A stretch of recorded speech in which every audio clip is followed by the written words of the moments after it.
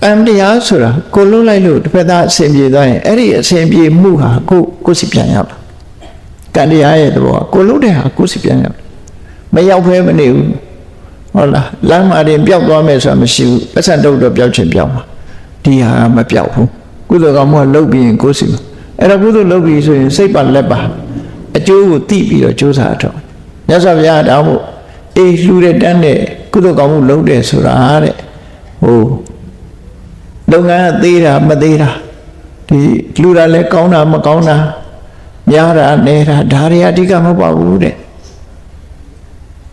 အရေးကြီးတာဘာလို့ဆိုရင်တလေးတစားလုပ်ဖို့အရေးကြီးတယ်ကိုလုပ်တဲ့လုပ်ငန်းတစ်ခု I do my best ဘာပဲလုပ်လို့အကောင်းဆုံးဖြစ်အောင်လုပ်စိတ်အားနှစ်ပြီးတော့လုပ်တယ်ကိုယ်တိုင်အကောင်းဆုံးဖြစ်အောင်လုပ်တယ်မလုပ်ရင်တော့အကျိုးပေးတော့လည်းမပေးခြင်းပေးမှာပဲဒါဟာသူဘယ်သူမှလုပ်တာမဟုတ်ဘူးသူစိတ်စေနာတိုင်းဖြစ်မှာစိတ်တိကတောဒါနလေးဒီကိုလုပ်တဲ့ဟာသူများချမ်းသာပါစေဆိုတဲ့စိတ်ထဲက